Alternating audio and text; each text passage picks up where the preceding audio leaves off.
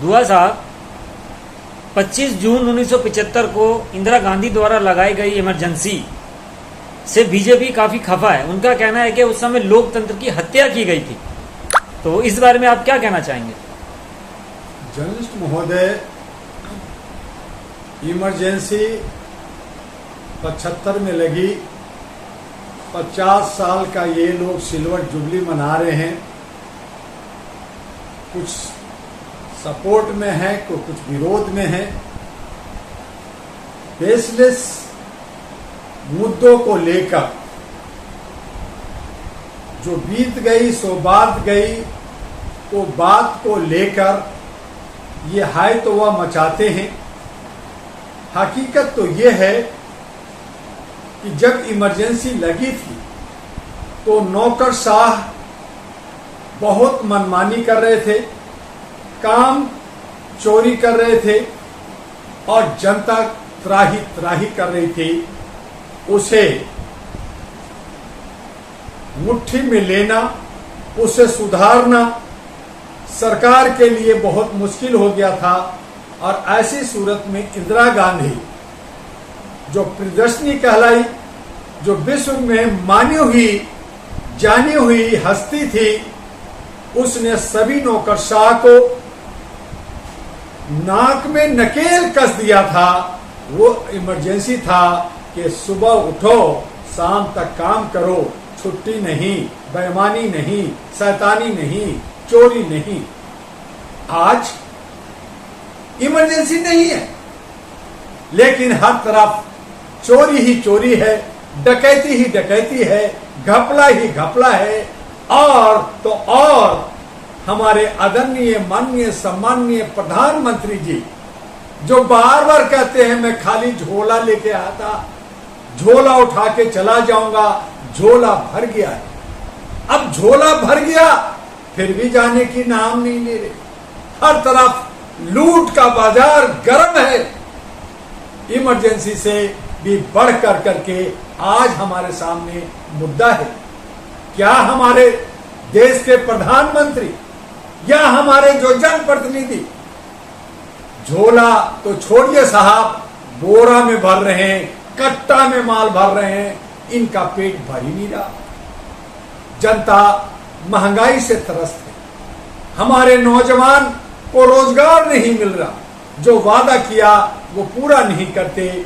आज दिल्ली में गरीबों की झुग्गियां तोड़ी जा रही है, बुलडोजर चलाया जा रहा है। तो कहीं ये चाहते हैं कि लोग एजुकेशन ना ले, इसलिए एजुकेशन को इतना महंगा कर दिया है कि कोई आम आदमी, कोई मध्यम परिवार का बच्चा डॉक्टरी नहीं कर सकता, इंजीनियरिंग नहीं कर सकता, ऊपर नहीं जा सकता।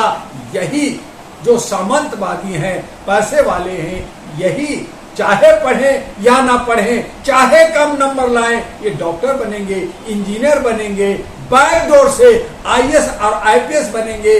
और मध्यम और निम्न परिवार के लोग चाहे वो कितना नंबर ले आए, चाहे वो कितना मेहनत कर लें, उनका कोई कल्याण उनको सुनने वाला नहीं है। तो क्या ये इमरजेंसी नहीं है?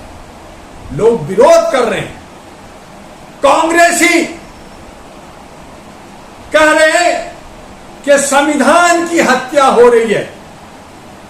कांग्रेस कह रही है कि हमारा लोकतंत्र की हत्या हो रही है। उसने भी क्या कुछ किया? आज बीजेपी उसको पटकने की बात कर रही है कि इमरजेंसी जो लगा था, कांग्रेस के वक्त में लगा था, वो गलत था। हम बहुत अच्छा, आपका देश को बहुत उन्नति की तरफ ले जा रहे हैं, बहुत तरक्की की तरफ ले जा रहे हैं, विश्व गुरु बनने जा रहे हैं। यही विश्व गुरु बनने का एक तरीका है। तो राहुल ने भी तो बाहर विदेशी अपनी कॉन्फ्रेंस में खुद बताया है कि उनकी दादी ने गलती की है। देखिए, राहुल गांधी तो पहली बात तो पप्पू यादव हैं, परिपक्व नहीं है। उनके कांग्रेस में ही बहुत सारे आरएसएस, बहुत सारे बीजेपी के लोग हैं। इसलिए एक बार नहीं 1000 बार कहा कि चाहे बीजेपी हो, चाहे कांग्रेस हो, चाहे जो क्षेत्रीय कई पार्टियां हो, कुछ तो परिवारवाद पार्टी है। कांग्रेस का क्या है? आज माँ बेटा बेटी राज कर रहे हैं, राजभोग कर रहे हैं, बाकी जनता भाड़ में जाए। बाकी कोई और कोई एंट्री नहीं है, उनसे बात नहीं है, वहां पे भी वही हालत है जो बीजेपी कर रही है। बीजेपी कह रही है कि उसी की गलती को हम अपना रास्ता बना करके मैं देश को लूट रहा हूं, तुम्हारा क्या। तो आज जनता चाहे बीजेपी से लूटे जाए, चाहे कांग्रेस से लूटा जाए, चाहे समाजवादी हो, चाहे अन्य और पार्टियां हो, सब वही कर रहे।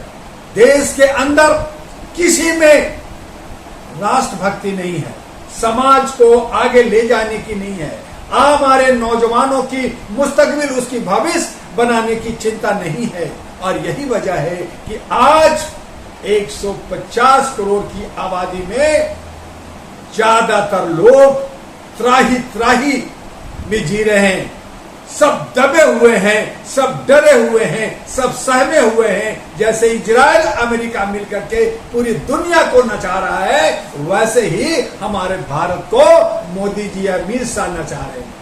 2+2, 2 नचाने में, 2 बेचने में, 2 लूटने में और 2 लुटाने में 2 व्यापारी, एक मुकेश अंबानी, एक अडानी, दूसरी तरफ सत्ता को कब्जे में लेने वाले एक अमित शाह, एक मोदी। उसी तरह से कांग्रेस के अंदर भी वही हालत है। इसलिए अब नया विकल्प की जरूरत है, नया समीकरण बनाने की जरूरत है। अगर हमें लोकतंत्र बचाना है, अगर हमारा संविधान को बचाना है, अगर हम इक्वलिटी के साथ जाना है, अगर हम सभी समाज को, सभी जात धर्म को साथ लेके चलना है, तो एक नया विकल्प के साथ डॉक्टर दुआ के साथ चलना होगा। अब तो पहले ओबीसी के साथ मुंडन हो रहा है, पीटा जा रहा है, आदिवासी के साथ उड़ीसा में पीटा जा रहा है, उस पर पेशाब किया जा रहा है। Schedule caste, schedule tribe, OBC जो क्षुद्र है, जिनको धर्म पूछा जा रहा है, जात पूछा जा रहा है और उनको जो है बेइज्जत किया जा रहा है। आज हमारे जो घूमने वाले पर्यटक हैं, उनको भी कौन क्या कर रहा है, वहां भी जात पात, वहां भी आतंकवाद, वहां भी नफरत, वहां भी अलगाववाद, किसी का कुछ रिजल्ट नहीं आ रहा। सिंदूर ऑपरेशन कहां गया? कभी मंगलसूत्र बेचा जा रहा है, कभी भैंसिया खोला जा रहा है, कभी जो है सिंदूर पोछा जा रहा है।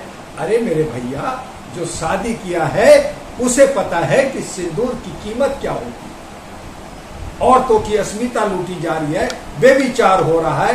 मणिपुर 2 साल से जल रहा है, बंगाल जल रहा है, अन्य राज्य जल रहा है। हम देश की तरक्की, देश की उन्नति, देश के विकास पे हम फोकस नहीं करके हम जो है वाहवाही कर रहे हैं सिर्फ कुर्सी और सत्ता के लिए। कहीं ना कहीं मेरा मानना है कि जनता इसमें दोषी है। जनता जनप्रतिनिधि गलत चुनती है और वो जनप्रतिनिधि चूंकि गलत होता है, वो गलत अपना नेता चुन करके प्रधानमंत्री और मुख्यमंत्री बनाता है। तो सबसे पहले जनता को सोचना, समझना और होशियार होना पड़ेगा। अपने क्षेत्र से, अपने बच्चों से, अपने जान पहचान लोगों को जनप्रतिनिधि बनाना होगा और प्रधानमंत्री, मुख्यमंत्री या चीफ जस्टिस जो संवैधानिक पद पर जिनकी जिम्मेदारी होती है देश को संभालने का, वो डायरेक्ट जनता के द्वारा चुनी जानी चाहिए, यानी जनता की सरकार होनी चाहिए।